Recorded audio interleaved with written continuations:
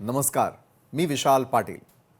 राज्यामध्ये सध्या तिकीट वाटपावरून राजकीय वातावरण तापलेलं असून घराणेशाहीच्या मुद्द्यानं तोंड वर काढलेलं आहे।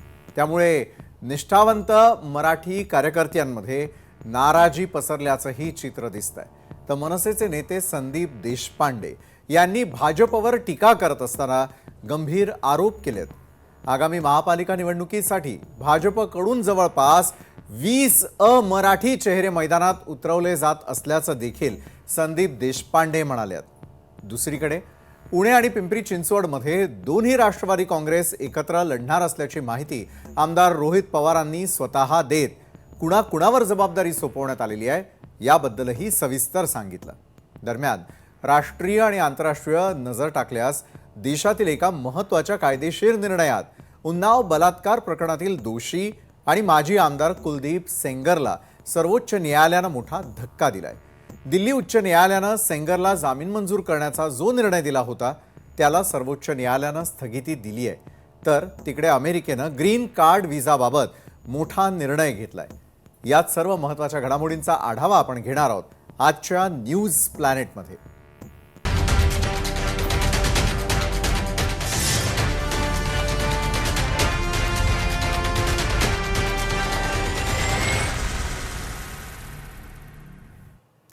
भाजप नेहमीच काँग्रेस तसंच इतर प्रादेशिक पक्षांवर घराणेशाहीवरून टीका करत आलेली आहे। मात्र आगामी महापालिका निवडणुकांच्या तिकीट वाटपात भाजपनंही या तत्वाचा त्याग केल्याचं दिसून येत आहे। स्वतःला पक्षातील कार्यकर्त्यांना प्राधान्य देणारे म्हणवणाऱ्या भाजपकडूनच अनेक ठिकाणी नेते मंडळींच्या कुटुंबियांना उमेदवारी दिली जाते, ज्यामुळे पक्षाच्या धोरणांवर प्रश्नचिन्ह निर्माण झालंय। नोव्हेंबर 2025 मध्ये झालेल्या स्थानिक स्वराज्य संस्थांच्या निवडणुकीतही किमान 33 भाजप नेत्यांनी आपली पत्नी, मुलं तसंच नातेवाईक यांना उमेदवारी मिळवून दिल्याचं समोर आलेलं होतं। अनेक ठिकाणी हे उमेदवार बिनविरोध निवडूनही आलेले होते। आता महापालिका निवडणुकांमध्येही हाच कित्ता गिरवला जात असून मुंबई आणि पुण्यासह इतर शहरांमध्ये अनेक विद्यमान खासदार, आमदार आणि ज्येष्ठ नेत्यांच्या कुटुंबियांना तिकीट मिळाल्याचं चित्र आहे। एकूणच काय तर घराणेशाही संपवण्याऐवजी कशा प्रकारे तिकिटांचं वाटप करण्यात आलेलं आहे त्यावर एक नजर टाकूयात। तिकीट वाटपात घराणेशाही। राहुल नार्वेकर विधानसभा अध्यक्ष आहेत, त्यांच्या वहिनी आहेत हर्षिता नार्वेकर, त्यांना यावेळेला तिकीट देण्यात आलेलं आहे। त्यानंतर राहुल नार्वेकर विधानसभा अध्यक्ष, त्यांचेच भाऊ मकरंद नार्वेकर यांना देखील तिकीट देण्यात आलेलं आहे। तर कालिदास कोळंबकर जे आमदार आहेत त्यांचे पीए संदीप पानसांडे यांना देखील तिकीट दिलं गेलं। मग सुरेखा लोखंडे ज्या नगरसेविका आहेत भाजपच्या, त्यांचेच पती रोहिदास लोखंडे यांना देखील तिकीट देण्यात आलेलं आहे। त्यानंतर सीमा हिरे आमदार आहेत भाजपच्या, त्यांची मुलगी रश्मी हिरे यांना देखील तिकीट दिलं गेलं आहे।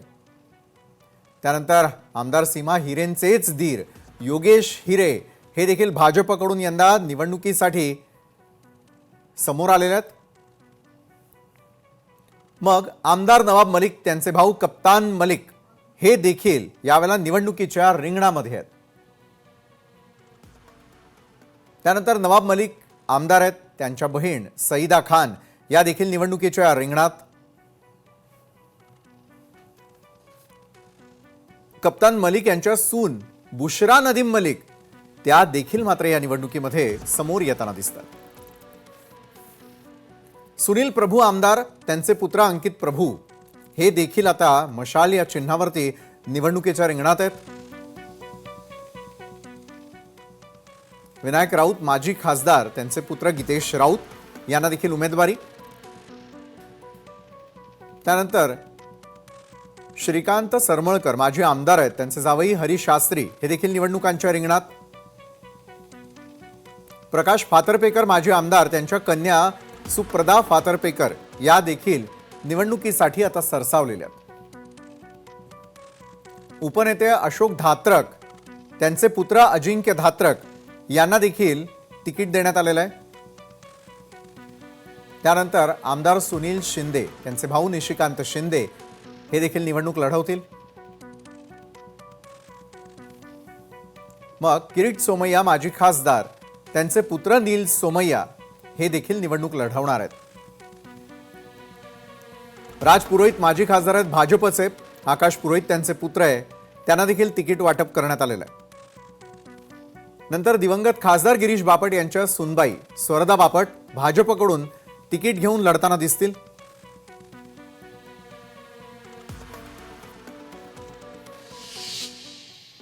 बरं, एकूणच काय तर घराणेशाही संपण्याऐवजी वाढतीये आणि घराणेशाहीवर सर्वाधिक टीका करणाऱ्या भाजपनंच यात आघाडी देखील घेतली अशी टीका आता राजकीय विश्लेषकांकडूनही केली जाते. राजकीय वर्तुळामध्ये घराणेशाही हा नेहमीच चर्चेचा विषय राहिलाय.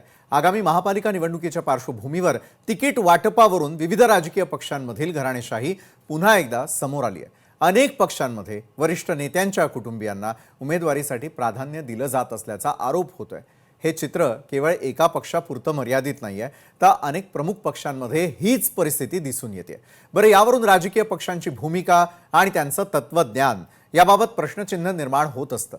निष्ठावान कार्यकर्त्यांमध्येही यावरून चांगलीच नाराजी पसरलेली असते. आणि याच संदर्भामध्ये अधिक चर्चा करण्यासाठी उद्धव बाळासाहेब ठाकरेंच्या शिवसेनेच्या उपनेत्या सुषमा अंधारे यावेळेला आपल्यासोबत जोडल्या गेलेल्या आहेत. सुषमाताई, स्वागत आहे आपलं न्यूज प्लॅनेटमध्ये.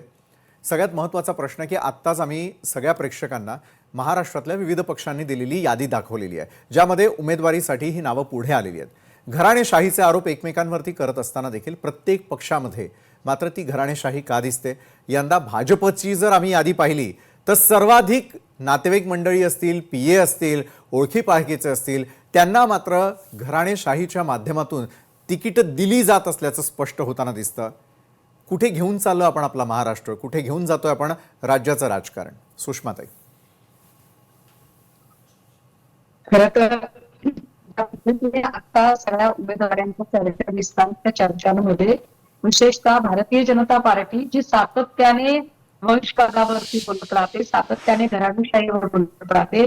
एकाच घरामध्ये एका व्यक्तीला किती पदं असावीत यावर फार नैतिकतेचे डोस पाजत राहते. हे सतत आपण चित्र बघितलं तर आज घडीला सगळ्यात जास्त जर उमेदवाऱ्या कोणी दिल्या असतील एकाच घरामध्ये तर त्या भारतीय जनता पार्टीने दिल्या. भारतीय जनता पार्टीने नांदेडमध्ये नगर परिषदेच्या निवडणुकीला जी उमेदवारी दिली होती ती एकाच कुटुंबामध्ये 6 लोकांना उमेदवारी दिलेली होती. बरोबर.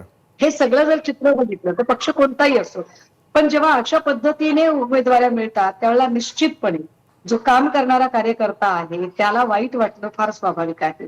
किंबहुना राज्य चालवण्याची, सरकार चालवण्याची जी अक्कल आहे ती फक्त काय नेत्यांच्याच मुलामुलींना असते का? आणि मग कार्यकर्त्यांमध्ये ती अक्कल नसतेच का? कार्यकर्त्यांमध्ये ती कुवत नाही का? कार्यकर्त्यांची कुवत फक्त सतरंजा उचलण्यापुरती आहे का? असा प्रश्न नक्की निर्माण होतो. कारण साधं गणित आहे की एकाच घरामध्ये म्हणजे आता आपण जर समजा बघितलं की पंकजा मुंडे, त्याच्यानंतर प्रीतम मुंडे, लगेचच यशस्वी मुंडे अशी एक लाईन दिसते किंवा 30 लाईन महाजनांच्या घरामध्ये दिसते किंवा अजून हे फक्त मुंडेंचं आठवलं सहज म्हणून याच पद्धतीने गिरीश महाजनांच्या पत्नी, मग लगेच त्यांच्या घरातली माणसं, अशा ज्या काही एकूण ज्या सगळ्या लोकांच्या जे उमेदवाऱ्या दिसतात हे सगळं बघता नेमकं असं का व्हावं? एकाच कुटुंबातल्या इतक्या लोकांना उमेदवाऱ्या दिल्या जातात याचा अर्थ त्या पक्षामध्ये इतर कुणाकडे ते इलेक्ट्रोल मेरिट नाहीच का, असा एक प्रश्न निर्माण होतो. पण मग इलेक्ट्रोल मेरिट म्हणजे काय हे जेव्हा सांगितलं जातं त्यावेळेला त्या इलेक्ट्रोल मेरिट मध्ये सो कॉल्ड पैसा ही गोष्ट फार मोठी येते. बरोबर. पैसा आणि त्या लोकांकडे असणारं एक ह्युमन रिसोर्सेसचं नेटवर्क, आणि ते नेटवर्क कदाचित सर्वसामान्य कार्यकर्ता उभं करू शकत नाही किंवा तेवढा पैसा सर्वसामान्य कार्यकर्ता उभं करू शकत नाही. परंतु सर्वसामान्य कार्यकर्त्याला ती संधी मिळाली नाही तर कदाचित ते रिसोर्सेस तो कधीच उभं करू शकणार नाही. मला वाटतं की हे एका अर्थाने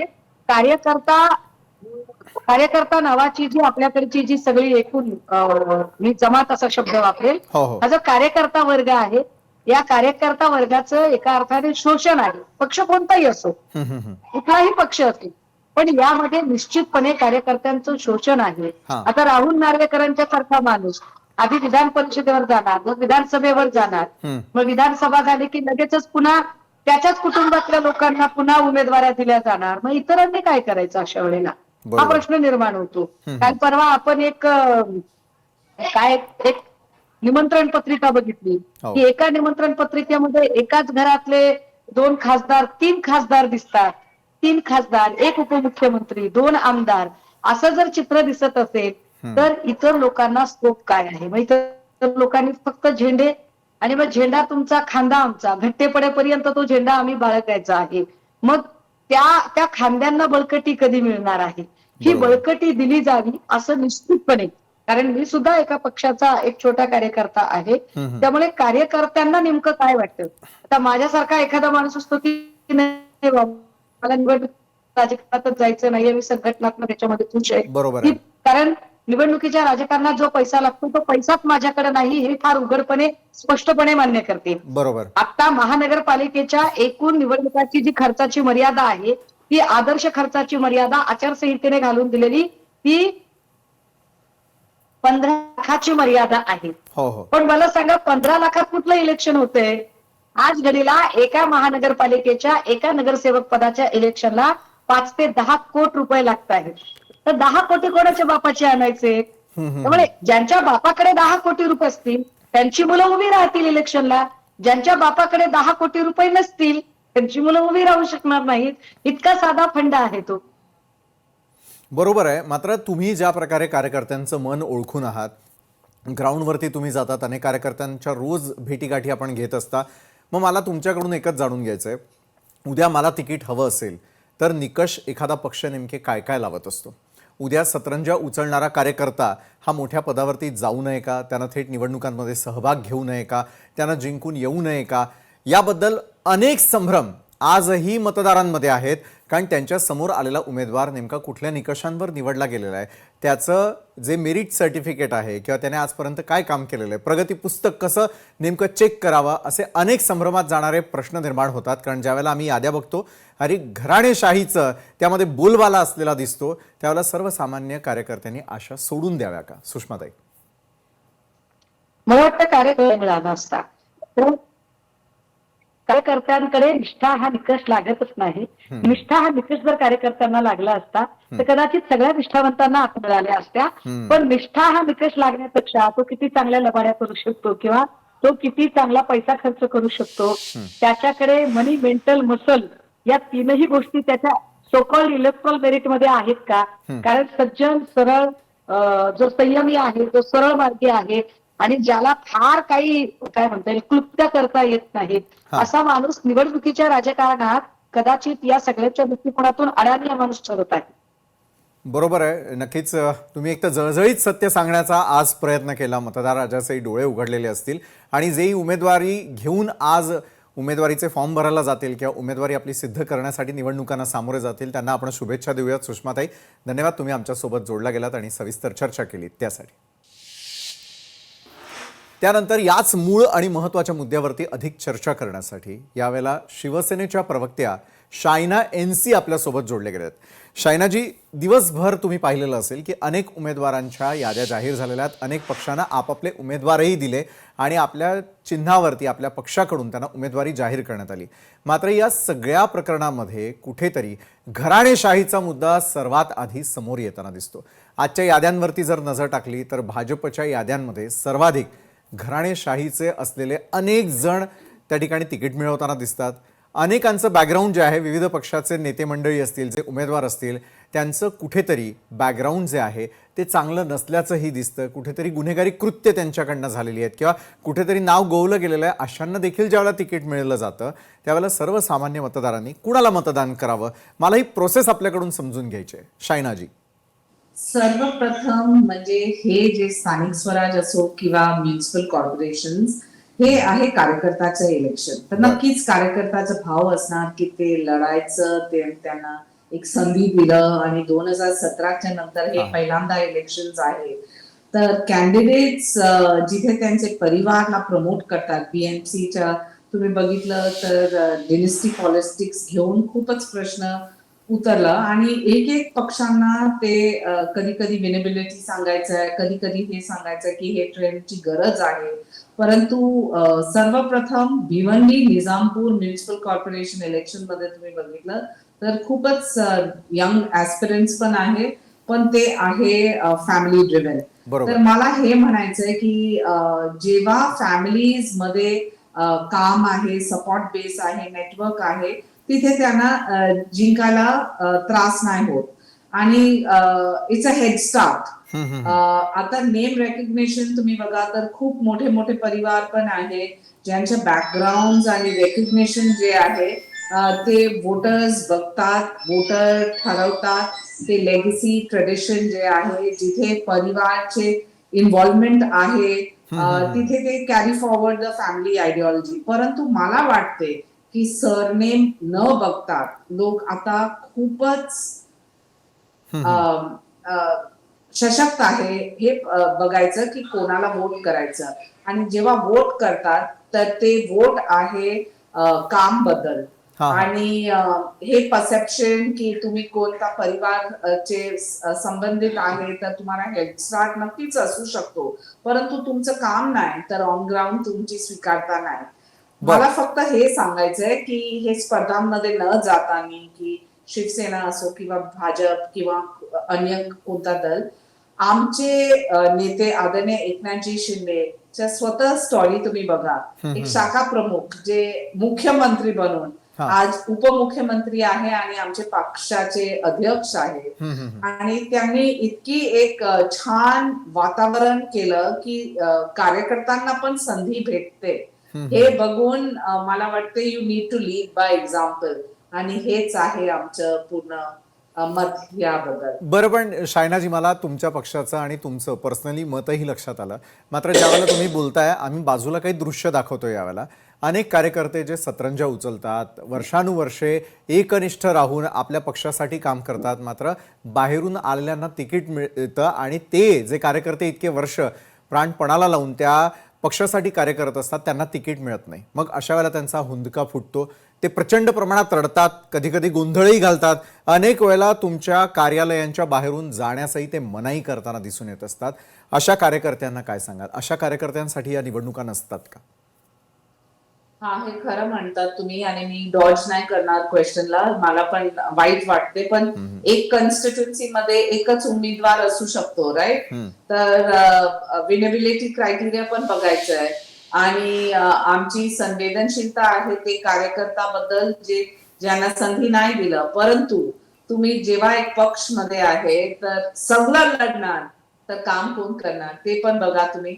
आणि मला वाटते की आमचे पक्ष असो तिथे आम्हाला फक्त मराठी माणूससाठी, मराठी अस्मितासाठी आणि महाराष्ट्राच्या अभिमानासाठी काम करायचं. आणि तिथे खूप खूप छान उदाहरण आहे जिथे 22 वर्षांचं पण महिलांना संधी भेटलं आणि आमची लाडकी बहीणला खूप संधी भेटलं. धन्यवाद. बरोबर आहे. वेळात वेळ काढून तुम्ही आमच्याबरोबर चर्चा केलीत शायनाजी, त्यासाठी खूप खूप धन्यवाद. तुमचं मत असेल, तुमच्या पक्षाचं मत असेल, हे सगळं सांगण्याचा प्रयत्न केला.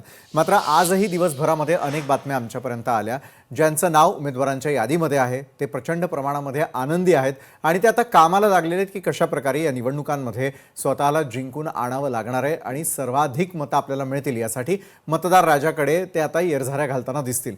दुसरीकडे हेही चित्र पाहायला मिळालं, ज्यांनी निष्ठावान होऊन आपापल्या पक्षासाठी अविरत इतके वर्ष वेचले त्यांना मात्र कुठल्याही प्रकारचं तिकीट मिळालं नाही. निराशा झालेली आहे आणि निराशेनंतर ते निराशेच्या गर्तेत जाऊन रडताना अक्षरशः पाहायला मिळाले.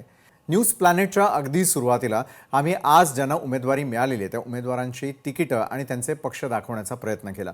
मात्र या सर्वच राजकीय पक्षांच्या यादीमध्ये एक गोष्ट स्पष्ट होताना दिसते की अनेकांना ज्यांना तिकीटं देण्यात आलेली आहेत ती घराणेशाहीच्या माध्यमातून देण्यात आलेली आहेत. काही ठिकाणी मात्र क्रिमिनल बॅकग्राऊंड असताना देखील त्यांना तिकिटांचं वाटप करण्यात आलेलं आहे. त्यामुळे सर्वसामान्य जे मतदार असतात त्यांच्यात हाच प्रश्न निर्माण होतो की आपण निवडून देत असलेला नगरसेवक हा नेमका कुठल्या कारणांसाठी आपण निवडून देणार आहोत. कारण तेही उघड्या डोळ्यानं या उमेदवारांची यादी, त्यांची कृत्य, त्यांचं आजपर्यंत कार्य हे सगळं पाहत असतात. याच संदर्भात अधिक चर्चेसाठी काँग्रेसचे प्रवक्ते बालाजी गाडे आपल्यासोबत जोडले गेले आहेत. बालाजी गाडे, आजच्या याद्यांवरती जर तुम्ही नजर टाकलेली असेल तर यापूर्वी तुमच्या पक्षावरती थेटपणे आरोप व्हायचा घराणेशाही संदर्भातला. यंदाच्या याद्या पाहिल्यानंतर मात्र काय वाटतं? कारण स्थानिक स्वराज्य संस्थांच्या निवडणुका या स्थानिक पातळीवरच्या राजकारणावरती, तिथल्या प्रश्नांवरती अवलंबून असतात. मात्र या यादींचं विश्लेषण मला काँग्रेस म्हणून तुमच्याकडून अपेक्षित आहे. बालाजी गाडे. विशालजी, सगळ्यात प्रथम तर मी आपले आभार व्यक्त करतो की हा मुद्दा आपण चर्चेला आणला. धन्यवाद. भारतीय जनता पक्ष वर्षानुवर्ष सातत्यानं काँग्रेसवरती आरोप करतोय की काँग्रेसमध्ये घराणेशाही आहे, काँग्रेसच्या गांधी कुटुंबावरती असेल किंवा सातत्यानं ती आरोप करत आलेली हा. आहे. पण आज ज्या वेळेला बीएमसी साठी भाजपनं जी यादी जाहीर केलेली आहे, ती यादी जर पाहिली तर खरी घराणेशाही ही कोण चालवतं हे संपूर्ण महाराष्ट्राला दिसून येते. बर. आज मुंबईच्या यादीमध्ये माझ्यासमोर लिस्ट आहे विशाल सर. जवळपास 17 ते 18 लोक असे आहेत की जे घराणेशाहीतनं भाजपनं तिकीट दिलेलं आहे. बरं. कुठे गेली त्यांची निष्ठा? ज्या लोकांनी भाजपच्या वाईट काळामध्ये त्यांचा पक्ष वाढवला, त्यांचं काय? अनेक मीडियाच्या माध्यमातून मी पाहतोय भाजपचे निष्ठावान लोक रडतायत. आमचे वैचारिक मतभेद असतील, पण राजकीय पक्षामध्ये काम करणाऱ्या कार्यकर्त्याला त्याच्या कामाची पावती मिळाली पाहिजे. पण सातत्यानं घराणेशाहीला विरोधाची बेगडी भूमिका घेणाऱ्या भाजपची यादी तुम्हाला मी सांगतो. राहुल नार्वेकर विधानसभा अध्यक्ष आहेत, त्यांच्या वहिनी हर्षिता नार्वेकर यांना तिकीट देण्यात आलं.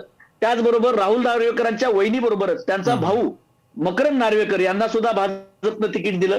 कालिदास कोळंबकर भाजपचे आमदार आहेत, त्यांच्या पीएला तिकीट देण्यात आलं. बर. त्यानंतर सुरेखा लोखंडे या त्यांच्या नगरसेविका आहेत, त्यांच्या पतीला तिकीट देण्यात आलं, रोहिदास लोखंडेंना. देवयानी फरांदे भाजपचे आमदार आहेत, देवयानी फरांदेंचा मुलगा अजिंक्य फरांदे यांना भाजपनं तिकीट दिले.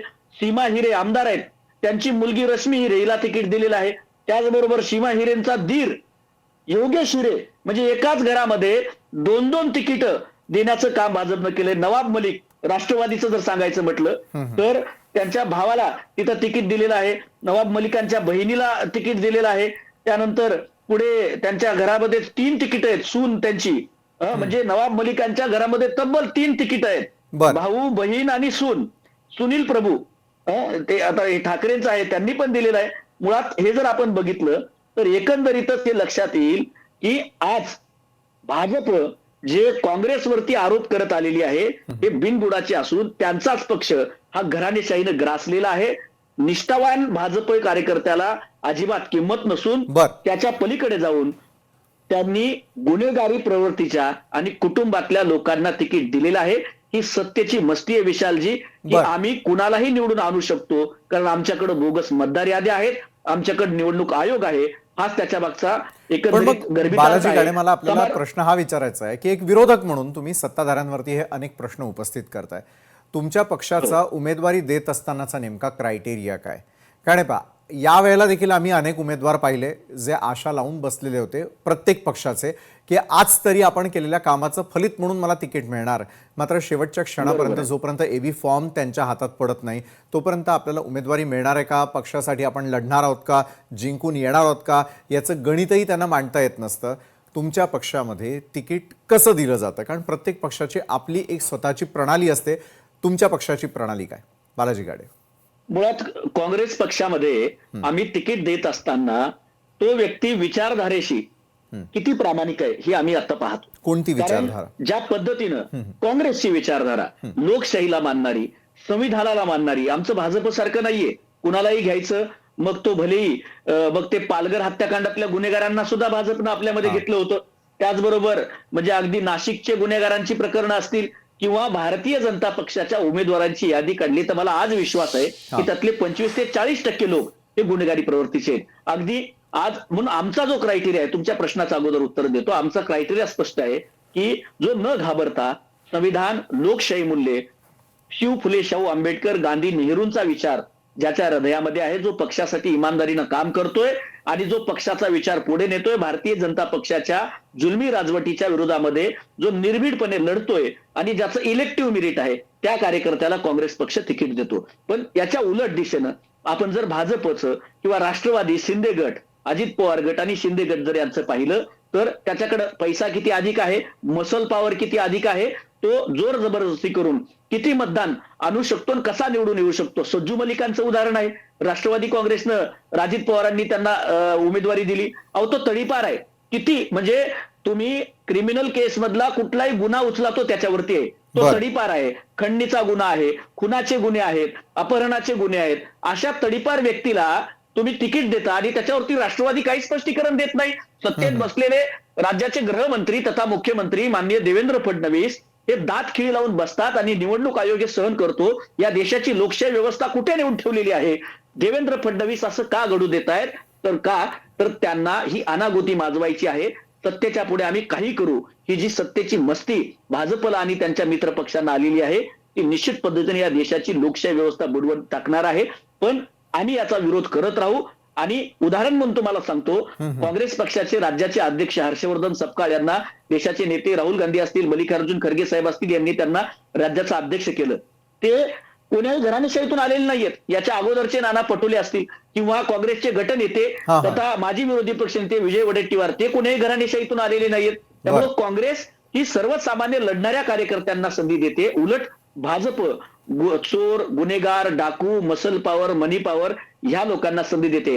हा वैचारिक आणि मूळ फरक हा भाजप आणि काँग्रेस मधला आहे. हे विशालजी आपण लक्षात घेतलं पाहिजे.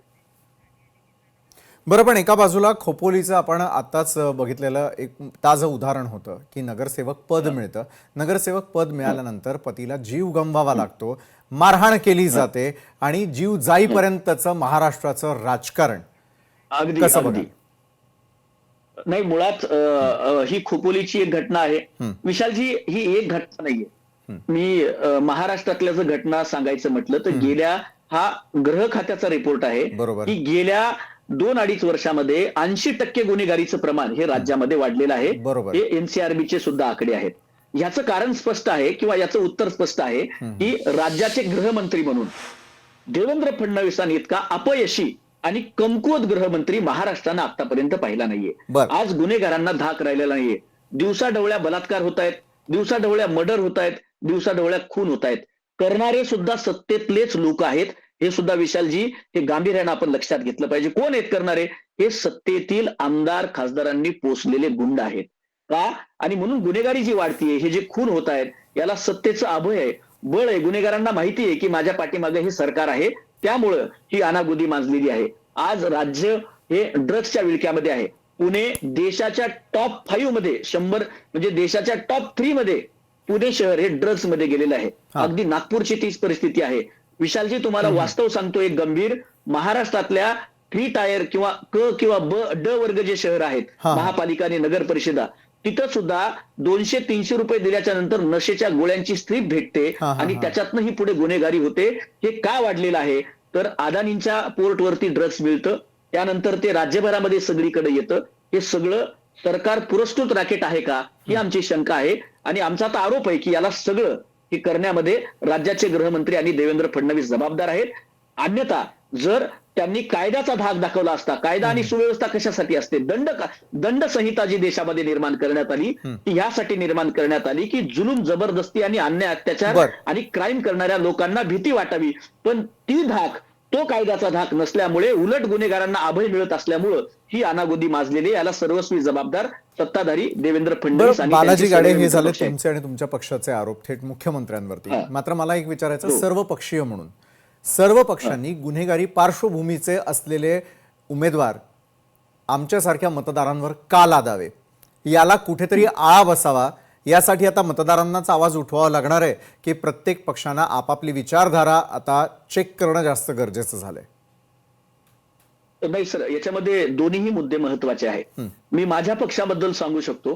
काँग्रेस पक्ष म्हणून आम्ही कुठल्याही गुन्हेगारी प्रवृत्तीच्या व्यक्तीला आम्ही उमेदवारी देत नाही. दिली असेल तर तुम्ही माझ्या निदर्शनास आणून दाखवावी. त्याबद्दल आम्ही पक्ष नेतृत्वाशी बोलून आम्ही ते करू. पण आम्ही आतापर्यंत, माझ्या अभ्यास असतो, काँग्रेस पक्ष अशा प्रकारे गुन्हेगारांना आम्ही तिकीट देत नाही, हे मी ठामपणे आपल्या चॅनलच्या माध्यमातून सांगतो. दुसरा मुद्दा जो तुम्ही सांगितला, मला मतदारांचा सुद्धा या देशामध्ये संविधानाने जसे आपल्याला जबाबदाऱ्या दिलेल्या आहेत, जसे अधिकार दिलेले आहेत, तशाच संविधानानं काही मूलभूत कर्तव्य सुद्धा नागरिकांना सांगितलेली आहेत. जशी म्हणजे राजकीय पक्षाची तशी नागरिकांची सुद्धा काही मूलभूत कर्तव्य संविधानामध्ये मार्गदर्शक तत्वांमध्ये सांगण्यात आलेली आहेत. त्यामुळं मताला पैसे देणारा उमेदवार पाहिजे का दारू, मटण, चिकन खाऊ घालणारा उमेदवार पाहिजे का तुमच्या भागाचा विकास करणारा उमेदवार पाहिजे, ज्याची स्वच्छ प्रतिमा आहे, जो सुशिक्षित आहे, याचा विचार सुद्धा आज मतदारांनी करण्याची वेळ आली आहे. कारण याचं ताजं उदाहरण नगर परिषद निवडणुकांमधलं आहे आणि तेही सत्ताधारी आमदार निलेश राणेंनी समोर आणलं बरं. की अक्षरशः पैशाचे ढिगारेच्या ढिगारे भाजपच्या घरामध्ये लागलेली होती. बरं. त्यामुळे आता ही मतदारांनी सुद्धा ठरवण्याची वेळ आहे की पैसे घेऊन मतं विकून देश विकायचा, कारण मत विकणं म्हणजे लोकशाही आणि देश विकणं आहे, असं माझं वैयक्तिक मत आहे. त्यामुळं मला मतदारांना आव्हान करायचे की आता नाकाच्या वर पाणी गेले, तोंडात पाणी गेलेलं आहे. जर आता वेळीच मतदारांनी जर ही भूमिका घेतली नाही सुजाणतेची, तर येणाऱ्या नक्कीच. काळामध्ये तुमच्या हातातल्या सगळ्या सत्ता आणि तुमच्या हातात मतदार राजा हे मिळालेलं बिरुद निघून जाईल आणि या देशातली लोकशाही संपून हे लोक हुकुमशाही आणतील. त्यामुळे मी मतदारांना चॅनलच्या माध्यमातून विनंती करतो की आपणही योग्य माणसाच्या पाठीमागे उभं राहा. नक्कीच लोकशाही टिकावी यासाठीच आमचा देखील हा प्रयत्न होता. कारण सर्व पक्षीय नेते मंडळी, त्यांचे प्रवक्ते यांच्याशी बोलून की कशा प्रकारे नेमक्या तुमच्या याद्या जाहीर केल्या जातात, कशा प्रकारे उमेदवार निवडून आणायचे असतात, मतदारांना हवा असलेला राजकारणी मंडळी कधी सत्तेत जाणार आणि आमच्या देशाचा विकास होणार, लोकशाही टिकणार, यासाठीचाच हा प्रयत्न होता. धन्यवाद बालाजी गाडे, आपण आमच्यासोबत जोडला गेलात आणि या संदर्भात सविस्तर चर्चा केलीत त्यासाठी. त्यानंतर दिवसभरातील ज्या पक्षावरती सर्वाधिक टीका टिप्पणी झाली, ज्यांच्या यादीमध्ये घराणेशाहीचा आरोप झाला, त्या पक्षातर्फे भाजपचे प्रवक्ते विश्वास पाठकही आपल्यासोबत जोडले गेले आहेत. विश्वास पाठकजी, न्यूज प्लॅनेटमध्ये आपलं खूप खूप स्वागत.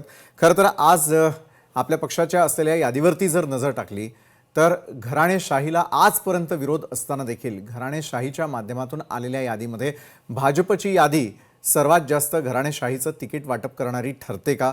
तुमचं या संदर्भातलं विश्लेषण काय आहे? तर दुसरीकडे निष्ठावंतांचं काय? वर्षानुवर्षे त्यांनी पक्षाला दिलेला वेळ, त्यांचं आयुष्य, याचं कुठेतरी तिकीट वाटप करताना विसर पडतो का? विश्वासजी. विशालजी, खरं तर भारतीय जनता पक्षातर्फे अधिकृत यादी विशेषतः मुंबईची बीएमसीची अजून जाहीर झालेली नाहीये. त्यामुळे अनेक नावं जे चर्चेला जातात आहे ते नावं तुम्हाला दिसणार नाही. त्याचं कारण असं आहे बरं.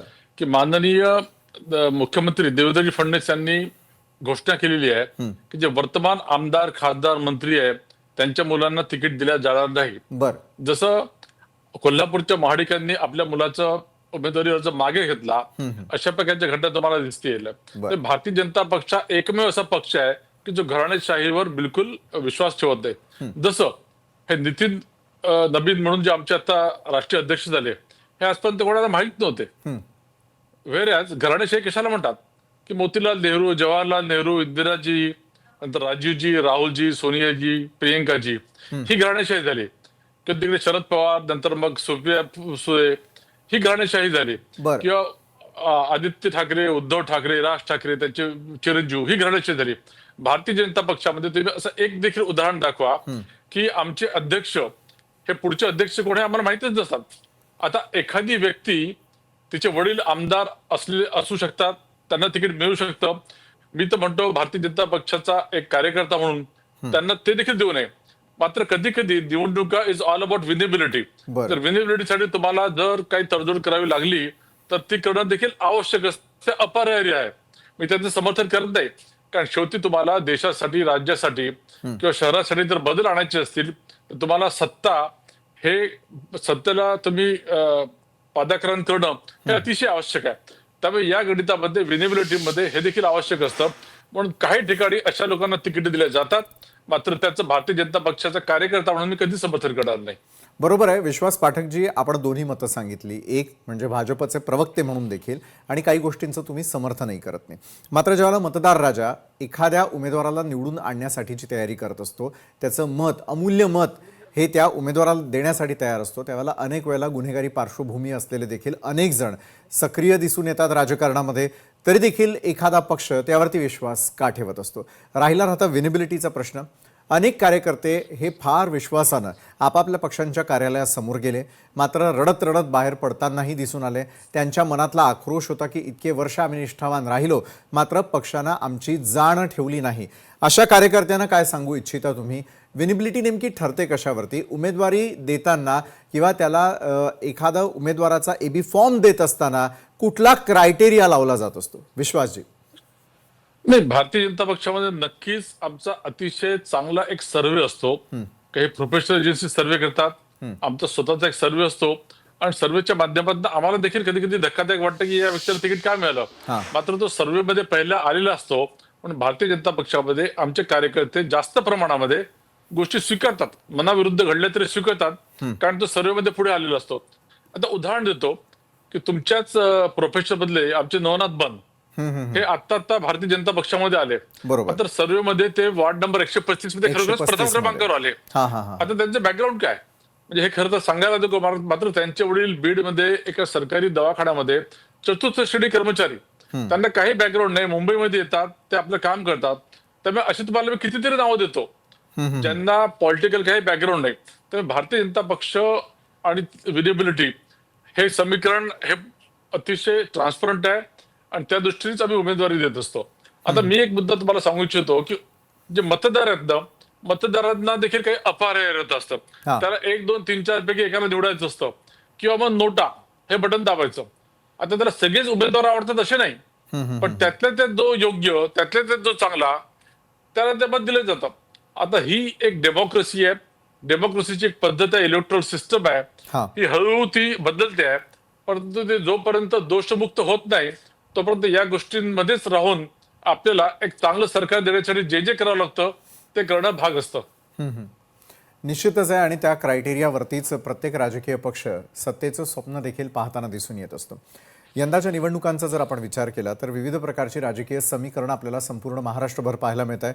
कुणी स्वबळाचा नारा देतोय, कुठे वेगळ्या प्रकारची युती किंवा आघाडी होत असल्याचं पाहायला मिळत आहे. एकंदरीतच भवितव्य काय असेल पुढच्या या निवडणुकीचं असं तुम्हाला वाटतंय?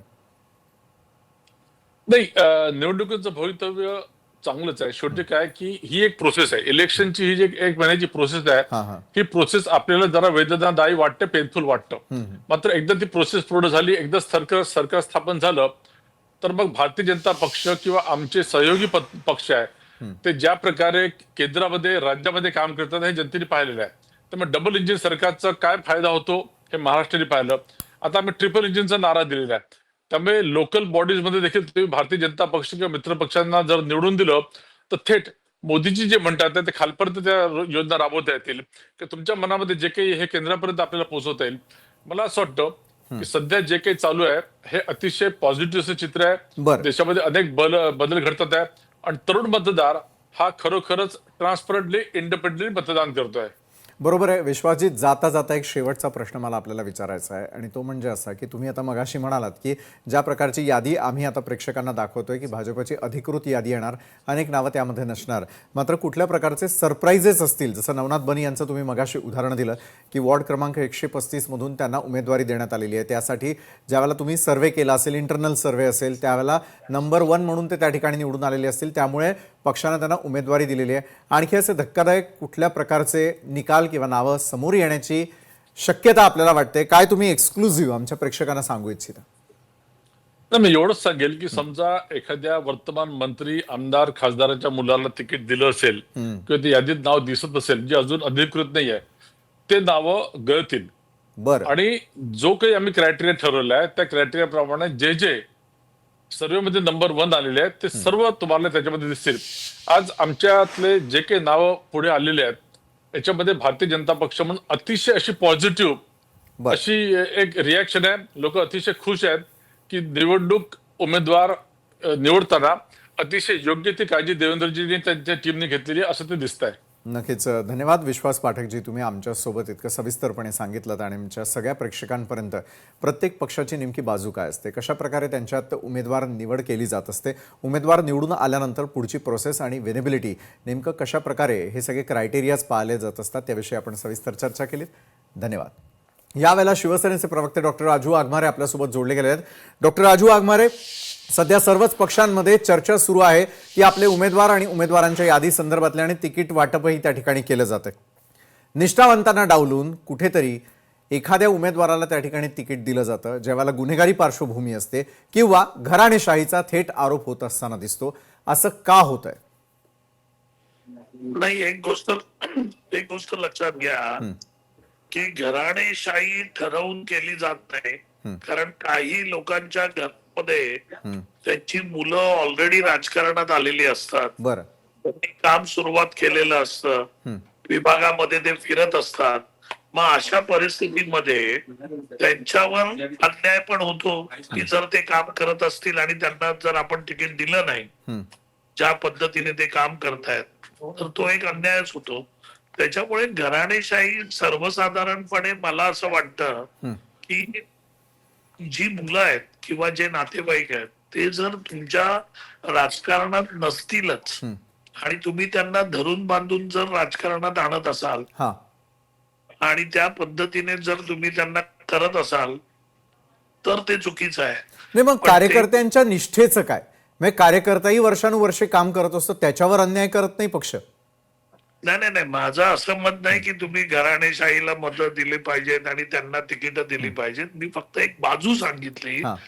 की त्यांच्यामधला जर माणूस तो जर सुरुवातीपासून या सगळ्या गोष्टींमध्ये जॉईन झाला असेल तर त्याच्यावर अन्याय करता कामा नये. पण सगळ्यात पहिलं म्हणजे की कार्यकर्ता हा महत्वाचा आहे की जो कार्यकर्ता एवढी वर्ष तुमच्या बरोबर काम करतो त्याला तिकीट मिळणं हे कोणत्याही राजकीय पक्षाचं पहिलं कर्तव्य असलं पाहिजे. हा. बरं, त्या कर्तव्याचं पालन शिवसेना करते? कर्तव्याचं पालन सगळ्या पक्षांपेक्षा सगळ्यात जास्त शिवसेना करते. कारण आमचे आदरणीय नेते एकनाथरावजी शिंदे साहेबांनी मागेच सांगितलेलं आहे आणि सुरुवातीपासून सांगत आलेले आहेत की शिवसेना हा कार्यकर्त्यांचा पक्ष आहे. याच्यामध्ये कोण मालक नाही, कोणी नोकर नाही, सगळे कार्यकर्ते आहेत.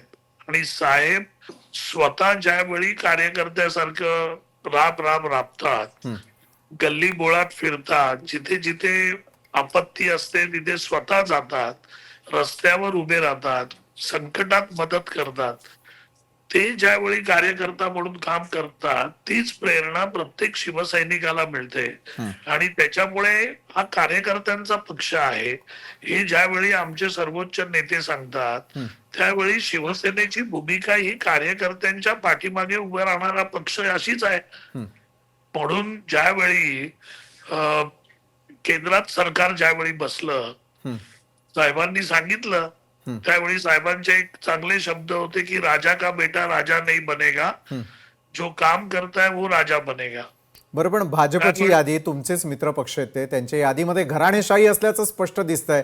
राहुल नार्वेकरांचं एक उदाहरण देता येईल. देवयानी फरांदे असतील, त्यांचे पुत्र देखील यावेळेला निवडणुकीमध्ये लढत असल्याचं दिसतंय.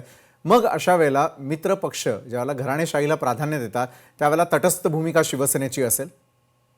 नाही बघा, एक लक्षात घ्या, राजकारणामध्ये माझा मित्रपक्ष कोणती भूमिका घेतोय ऍज लॉंग ऍज ती भूमिका आमच्या महायुतीच्या भूमिकेच्या विपरीत असेल तर आम्ही त्याच्यावर ऑब्जेक्शन घेऊ शकतो. आता भाजपची जी भूमिका आहे ती त्यांच्या पक्षाच्या संदर्भात त्यातील लोकांना निवडणुकीच्या तिकीट देण्याच्या संदर्भात आहे. त्या पक्षाला तिकीट देण्याचं स्वातंत्र्य आहे. तो जो पक्ष आहे तो त्यांना कोणाला तिकीट द्यायचं हे ठरवू शकतो. बर, त्याच्यामुळे जरी त्यांनी घराणेशाहीमध्ये तिकीट दिली तरी त्याच्यावर ऑब्जेक्शन घेण्याचा मित्रपक्ष म्हणून आमचा प्रश्नच येत नाही. ऍज लॉंग ऍज ते महायुतीच्या कुठच्याही कार्यक्रमामध्ये आमच्यावर अन्याय करत नसतील तर मग आम्ही ऑब्जेक्शन कसं घेणार? पण मग डॉक्टर राजू वाघमारे, तुमच्या पक्षाची यादी अद्यापही का समोर आलेली नाहीये? कधीपर्यंत येणार? तुमचं एबी फॉर्म वाटप कधीपर्यंत होणार आहे? की कुठेतरी पक्षातून अनेक जण बंड करतील याची भीती वाटते शिवसेनेला? नाही नाही नाही असं काही नाहीये. भाजप आणि शिवसेनेची मुंबई महानगरपालिकेमध्ये महायुती ठरलेली आहे. आमचं काम सुरू आहे. बरं. अजूनही आमच्या काही सीट्सच्या बाबतीत, कारण सगळ्यात पहिली गोष्ट अशी आहे की सगळ्यांना माहिती आहे की भाजप आणि शिवसेना या महायुतीचा झेंडा मुंबई महानगरपालिकेमध्ये फडकणार आहे. महापौर जो असणार आहे तो महायुतीचाच असणार आहे आणि तो पण मराठी असणार आहे. त्याच्यामुळे जास्तीत जास्त लोक आमच्या पक्षाकडे आलेले आहेत. जास्तीत जास्त माजी नगरसेवक आमच्या पक्षाकडे आलेले आहेत आणि त्याच्यामुळे या सगळ्यांमध्ये एकेका जागेवर तिकिटासाठी जवळजवळ 8 ते 10 लोकांनी फॉर्म भरलेले आहेत. मग अशा परिस्थितीमध्ये एका चांगल्या कार्यकर्त्याची निवड करणं, जो जिंकून येऊ शकतो त्याची निवड करणं आणि त्याबरोबर मित्रपक्ष जे आमच्याकडे तिकीट आमच्या काही मागतायत किंवा आमच्या तिकीट त्यांच्याकडे काही आहेत त्याच्या संदर्भात वाटाघाटी सुरू आहेत. त्याच्यामुळे लेट होतोय. बाकी लेट होण्याचं दुसरं कोणतंही बरं, कारण पण नाही. संजय शिरसाट यांच्या कुटुंबातही एक तिकीट दिलं जातं, उमेदवारी दिली जाते, ही घराणेशाही नाही का? हर्षदा शिरसाट यांच्याबद्दल मी आपल्याला प्रश्न करतोय.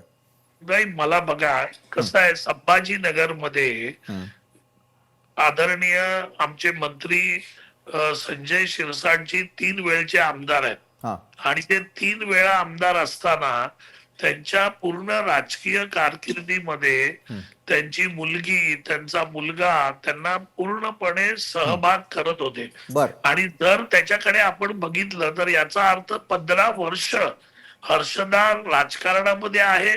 ती आदरणीय शिरसाट साहेबांना मदत करते आणि 15 वर्षानंतर जर तिला एक कार्यकर्ती म्हणून जर शिरसाट साहेब तिकीट देणार असतील तर मला असं वाटतं की त्याला त्या घराणेशाहीच्या अँगलनी न बघितलेलं बरं.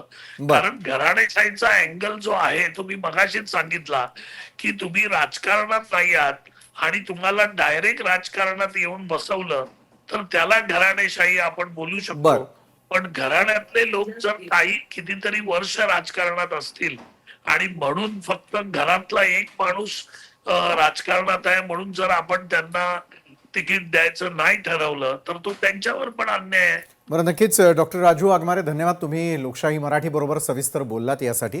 प्रत्येक राजकीय पक्षाची बाजू जाणून घेत असताना, समजून घेत असताना एक गोष्ट लक्षात येते की विनेबिलिटी हा सगळ्यात महत्त्वाचा मुद्दा असतो. मात्र दुसरीकडे तिकीट वाटपामध्ये घराणेशाहीचा दबदबा आहे हे तर स्पष्ट होताना दिसतं. अनेक वेळा गुन्हेगारी पार्श्वभूमी असताना देखील केवळ समोरचा उमेदवार हा धनाढ्य आहे, पैशांच्या जीवावरती त्या ठिकाणी जिंकतो, त्यासाठी म्हणूनही अनेक ठिकाणी तिकीटं दिल्याचं स्पष्ट होताना दिसतंय. मनसेचे नेते संदीप देशपांडे यांनी भाजपवर गंभीर स्वरूपाचे आरोप करत खळबळ उडवून दिली.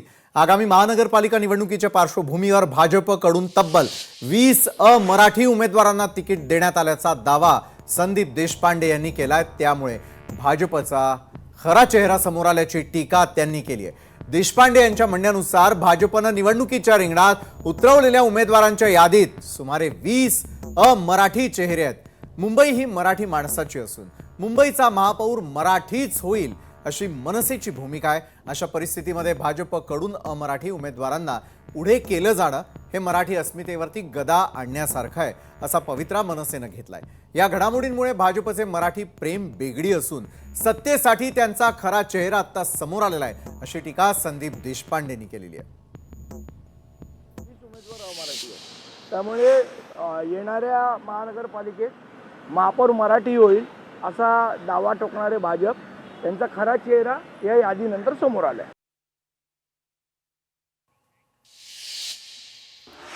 बरं, इच्छुकांची बंडखोरी टाळण्यासाठी सर्वच राजकीय पक्षांनी उमेदवारी यादी जाहीर करण्याऐवजी थेट एबी फॉर्म देण्याची नवी रणनीती अवलंबली. प्रत्येक पक्षात यावेळी इच्छुकांची भाऊ गर्दी होती. 2017 नंतर राज्यात नवी महायुती आणि महाविकास आघाडी अस्तित्वात आलेली आहे. मागील निवडणुकीतील राजकीय समीकरणं यावेळी नाही आहेत. नव्या राजकीय समीकरणांमुळे महापालिकांची राजकीय रणनीती ही आता बदलली आहे. 2 दशकांनंतर राज आणि उद्धव ठाकरे यांची निवडणुकीच्या निमित्तानं होणारी युती भाजप शिवसेना शिंदे गटासाठी डोकेदुखी ठरली आहे.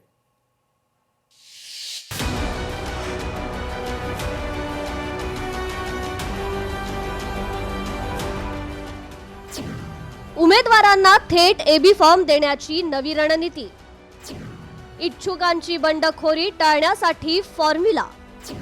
सोमवार आणि मंगळवारी उमेदवार अर्ज दाखल करणार. इच्छुक उमेदवारांची पळवापळवी रोखण्याचा प्रयत्न. महापालिका निवडणुकीच्या निमित्तानं भाजप शिवसेनेसह अन्य प्रमुख पक्षात बैठकांची मालिका सुरू होती. युती आघाडी करताना जागा वाटपाचा घोळ शेवटपर्यंत सुटला नाही. प्रत्येक पक्ष त्या वॉर्डावर अडून बसल्यानं नेत्यांचीही पंचायत झाली. त्यामुळे पक्षांनी पक्षाची उमेदवारी यादी जाहीर करण्याऐवजी उमेदवारांना थेट फोन करून त्यांना एबी फॉर्म देण्याची रणनीती आखली.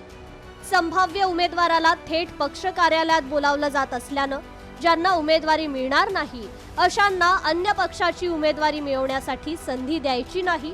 त्यांची बंडखोरी टाळण्यासाठी ही शक्कल लढवली गेली आहे. नगर परिषद निवडणुकीत सर्वात मोठा पक्ष ठरलेल्या भाजपमध्ये महापालिका निवडणूक लढण्याची इच्छा असलेले हजारो जण. बहुतेक पालिकांमध्ये एकेका जागेसाठी भाजपकडे 75 ते 100 इच्छुकांनी उमेदवारी मागितली आहे. त्यामुळे बंडखोरीची सर्वाधिक भीती ही भाजपला आहे. हीच परिस्थिती शिवसेना शिंदे गट, शिवसेना ठाकरे गट आणि मनसेतही आहे. मुंबई मलिकांच्या नावावर भाजपनं ठाम भूमिका घेत त्यांना महायुतीत सामावून घेतलं नाही. राष्ट्रवादीनं आपली ताकद दाखवण्यासाठी उमेदवारी यादी रविवारी रात्री जाहीर केली. मात्र त्यांची पहिलीच यादी वादात सापडली. या यादीत मलिक यांनी नातेवाईकांनाच झुकतं माप दिल्यामुळं राष्ट्रवादीत नाराजीचा सूर आहे. राष्ट्रवादीच्या पहिल्या यादीत वॉर्ड क्रमांक 109 मधून सज्जू मलिक या कुख्यात गँगस्टरला उमेदवारी देण्यात आली आहे. याची नाराजी त्यांच्याच पक्षात अधिक आहे. महायुतीत शेवटपर्यंत जागा वाटपाचा घोळ काही संपत नसल्यानं अनेक ठिकाणी जागांची अदलाबदल करण्याचा विधानसभेचा फॉर्म्युला वापरला गेलाय. विधानसभेत भाजपच्या उमेदवारांनी शिंदेंच्या शिवसेनेच्या धनुष्यबाण चिन्हावर निवडणूक लढवली होती. यावेळी भाजप आणि शिवसेनेत तोच फॉर्म्युला वापरला जातोय. या फॉर्म्युलामुळे भाजपच्या इच्छुकांची वर्णी लागत असून शिवसेनेची सदस्य संख्या वाढेल असा विश्वास आणि समाधान एकनाथ शिंदेंनी केला. त्यामुळे उमेदवारांच्या अदलाबदलीला महायुतीतील दोन्ही पक्षांची सहमती आहे. महापालिका निवडणुकीच्या रिंगणात आता सर्वच पक्ष शक्ती आणि युक्तीचा वापर करू लागले. याचा परिणाम काय होणार हे येत्या 16 तारखेलाच समोर येईल. ब्युरो रिपोर्ट, लोकशाही मराठी, मुंबई. तर आजच्या न्यूज प्लॅनेटमध्ये वेळ झाली. इथं थांबण्याची ताज्या घडामोडींसाठी पाहायला विसरू नका लोकशाही मराठी.